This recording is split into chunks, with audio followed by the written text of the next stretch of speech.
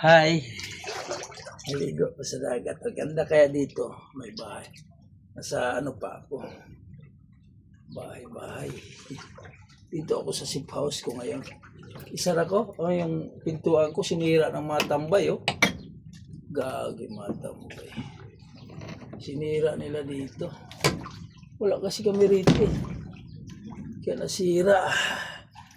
Ganda, kahit anong init, pwede ka maligo dito kasi malilim eh. Ito yung swimming pool ko ngayon bago. Naka-swimming pool. Kita mo yan? Alam mo sa totoo lang, pag wala kang tinda, i-enjoy mo rito ang buhay mo sa dagat. Kasi itong dagat, malinis pa to sa swimming pool. Kasi ang swimming pool nandun ang ihi, dura, ano. Pero siyempre, social din yun. Ito dagat sa amin, malinis. Tsaka kami sa probinsya, sanay kami sa dagat. Maligo.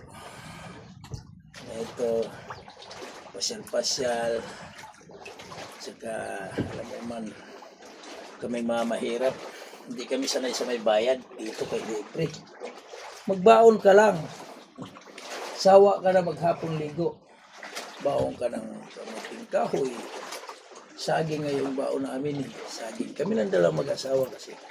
Masarap kaya pag dalawa lang kami. Wala disturbo. Ano-ano lang kami ba? Hindi mikos-mikos. Ganun lang kami. Kasi sa hirap ng buhay, kailangan masaya. Kasi pag ma-stress ka, wala.